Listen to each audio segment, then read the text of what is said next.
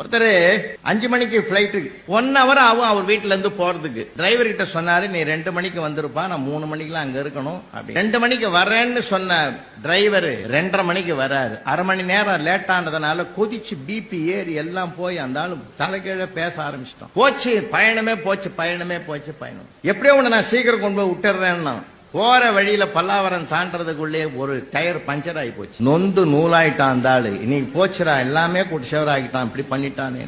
அந்த நேரத்துல ஒருத்தன் பைக்ல வந்தவன், ஐயா உங்க அவசரம் புரியுது, ஏதோ ரொம்ப டென்ஷனா இருக்கீங்க, எங்க போகணும்? ஏர்போர்ட்டா? உட்காருங்க, நான் கொண்டு போய் விட்டான் சார். செக்இன் எல்லாம் முடிஞ்சது, உள்ள போயிட்டாரு. பிளைட்ல போய் உட்கார்ந்தாரு. உட்கார்ந்த போது நினைச்சார், தெய்வம் முதல்ல சோதிச்சுது. அரை மணி நேரம் அந்த படுபாவை லேட்டா வந்தோம், சரிதான்னு போனோம்னா டயர் போயிட்டு. அந்த நேரத்துல கடவுள் மாதிரி ஒருத்தன் வந்து பைக்ல கூட்டின்னு வந்தான் பத்தியா, உண்மையிலேயே வந்தான்டா எனக்கு கடவுள். பிளைட் பறக்க ஆரம்பிச்சது, மேல போச்சு. கொஞ்ச நேரத்துல பைலட் சொன்னாரு, விமானத்துல எதிர்பாராத கோளாறு வந்துட்டுது, அவங்க தயாரா பாராசூட்டை கையில எடுங்க, அவங்க பொழைச்சுங்க. அப்ப அவர் நினைக்கிறாரு, லேட்டா வர்றது மூலமா கடவுள் எனக்கு உணர்த்தனா, நான் புரிஞ்சுக்கல. டயரை வெடிக்க வச்சு என்ன நிறுத்த பார்த்தான் கடவுள், நான் புரிஞ்சுக்கல. எங்க இருந்தோ ஒருத்தன் யமனாட்டம் வந்து என்ன பைக்கில் கூட்ட.